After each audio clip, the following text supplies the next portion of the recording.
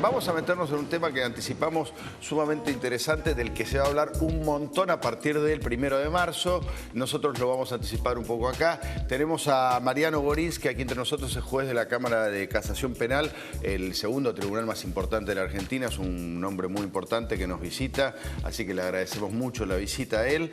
Y a nuestra super columnista en temas judiciales y policiales, que prácticamente debuta hoy. Sin embargo, ya estuvo el año pasado. Bueno, sí, había hecho el informe de los Puchos, recordemos. Con el informe de los Puchos. A partir del informe de los Puchos se hizo la película. Que generó mucho miedo entre nuestros televidentes. Sí. Bueno, gracias por venir, Lari, también. Gracias por invitarme. Lari está todos los días detrás de cámara dándonos órdenes a nosotros. Hoy la tenemos acá. Lari, bueno, vamos a hablar de la ley del arrepentido. Contanos un poquito de qué se trata el proyecto, los lineamientos generales, y lo comentamos con Gorinsky. Sí, ya hubo varios proyectos dando vueltas en el Congreso sobre esta ley del arrepentido. De hecho, se aplica. Ahora el juez nos va a contar un poco mejor en qué situaciones se aplica. Pero ahora la idea de este proyecto que va a enviar el Ejecutivo en marzo al Congreso es que un imputado puede aliviar su situación si aporta información fehaciente sobre tramos superiores de la cadena. Sobre tramos superiores a la que él integra en la cadena del delito. Tenemos ahí una plaquita con algunos de los principales puntos. Mientras lo comentás lo vamos viendo. Dale. Así ayuda un poco a la teleaudiencia. Dale. Muy bien, lo hiciste perfecto. Es una ley que se aplica en otros países. Teleaudiencia desde el año todavía no existía la televisión cuando se decía teleaudiencia. Hay países donde ya se aplica esta ley. En Brasil, por ejemplo, el escándalo de Petrobras se destapó. Ah, mirá. Digamos que es una ley que, si hablamos en criollo, puede destapar ollas más grandes. Bueno, y funciona bien en otros países, ¿no? En algunos sí, en otros no. Bueno, el caso de la FIFA, el famoso caso de la FIFA, ahí figura la ley del arrepentido en Estados Unidos. Es con lo que está especulando Bursaco. Bursaco está negociando entrar dentro de los parámetros de la ley, ¿no? Claro, proporcionar información sobre la cadena más larga, sobre otros tramos superiores de la cadena y atenuar su pena. Bien, vamos a ver también para qué caso sería aplicable en la Argentina. A ver, Lari, ahí lo vemos más claro esta ley, este proyecto que envía ahora el Ejecutivo en marzo es para casos vinculados a la Comisión de Delitos contra la Administración Pública. Que esto solamente para ese tipo de delitos por ahora, ¿no? Está en esa instancia. Es decir, en principio delitos federales. Claro. Tal vez aclarar que exacciones, ¿qué es delitos contra la Administración Pública? Exacciones ilegales, cohecho, delitos que tienen que ver con malversación de caudales públicos, delitos de funcionarios públicos. Por ejemplo, hubiese sido un caso aplicable el caso de la Banelco, ¿sí? Y el aporte que a la justicia podía hacer Pontacuarto. Bueno, fuera de cámara, recién antes de empezar la nota, lo charlábamos un poquito con el juez, él nos va a explicar un poco. Yo le pregunté, ¿qué pasaría hoy con el caso Pontacuarto? Sí. Con esta ley del arrepentido. Claro, recordemos que era el caso, digamos, que fue el principio del fin del gobierno de Fernando de la Rúa, ¿no? Cuando se coimas en el Senado. Las coimas en el Senado, exactamente. Bueno, bienvenido Gorinsky, ¿cómo anda todo? Todo bien, muchas gracias por la invitación. Vamos a mostrar el libro, Tato, de Mariano Gorinsky, libro que salió justamente el año pasado y que tiene que ver con este tema. Ahí está, Gestión Judicial Pública, Organización y Funcionamiento de la Justicia Penal Argentina, con comentarios al nuevo Código Procesal Penal de la Nación. A ver, ¿conocen los proyectos? ¿Cómo podrían cambiar la historia en tribunales si es que la cambiarían, ¿no? Estos proyectos de los cuales estamos hablando tienen que ver con aportar información que sea eficaz. ¿Qué significa que sea eficaz? Evitar que se consumen determinados delitos, esclarecer hechos de determinados casos que ya están abiertos, aportar información que va a beneficiar a aquella persona que ya está imputada en una causa. Quiere decir que la persona que aporte datos es una persona que ya está involucrada en el caso. Y también para aquellos casos que permitan que el dinero vuelva al Estado, el dinero mal habido vuelva al Estado. Es decir, que ese aporte de información debe tender a obtener determinados resultados concretos, si no, digamos que no se va a beneficiar el imputado con ese acortamiento de la pena. O sea, el imputado, por ejemplo, de un delito de corrupción, aporta información que sirva para algo. Que sirva para algo. ¿Y ahí qué puede hacer el juez? ¿Le puede bajar la pena? ¿Le puede atenuar la pena? Exacto. La información tiene que ser aportada antes que se llegue a la sentencia definitiva. Claro. Para que se beneficie con la consecuencia, es decir, una pena con menor a la que le hubiera tocado si no hubiera aportado esa información, o incluso eximirlo de pena.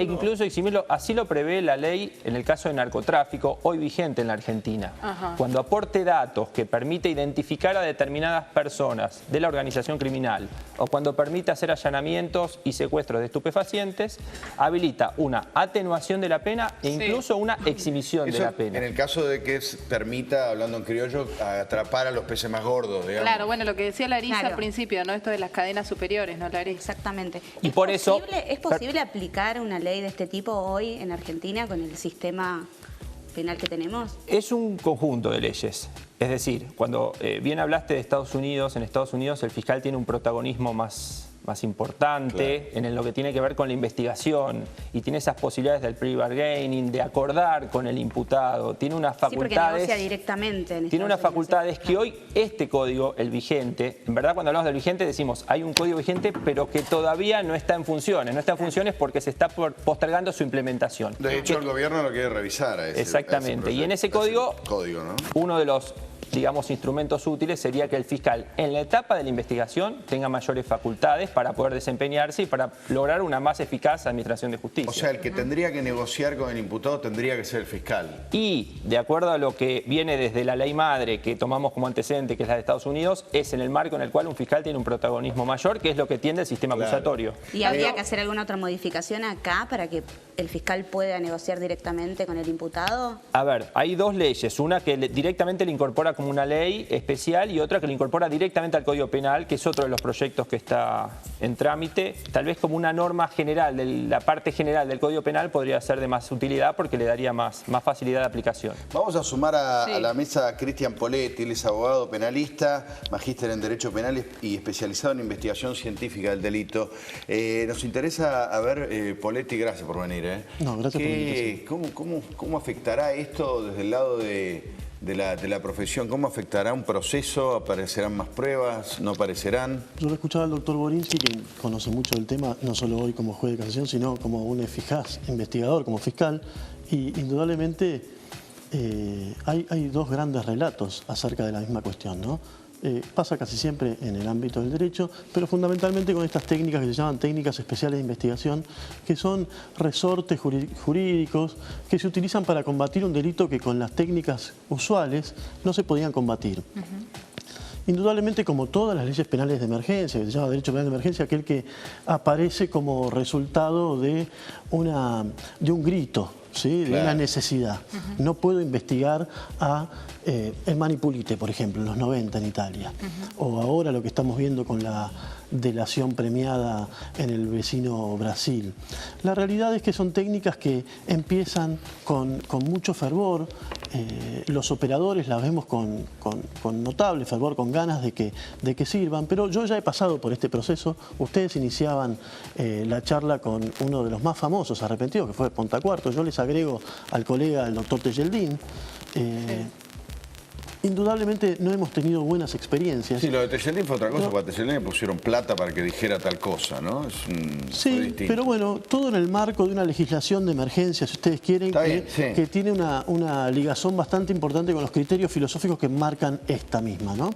Con las distancias de la creación técnica, la de hoy, mucho más favorable para la coyuntura, creo yo, ¿no? Pero me refiero específicamente a esto. No le demos a la novedad más importancia de la que tiene. Hablábamos hace 100 años del buey corneta. No pasó mucho tiempo en cuanto a las técnicas de investigación. Necesitando de alguien, no puedo investigar, meto un policía, hago un seguimiento controlado de la entrega de droga. Tengo infinidad de en las investigaciones de narcotráfico, que eso ya está probado, por lo menos ya hay una experiencia. ¿Ha facilitado, ha servido, no tanto? Es difícil, a ver, como bien dijo el colega, hay distintos instrumentos, el agente encubierto, la entrega vigilada y este caso del delator, porque en verdad es un delator, que aporta información. En el narcotráfico la organización criminal es de entidad, es transnacional. aportar información pone en peligro la vida de la persona que está aportando esa información. Tal vez prefiere estar más años en prisión que peligrar su propia existencia o la de su familia. Por eso tal vez, no sé si en ese tipo de delitos ha sido de todo eficaz su aplicación.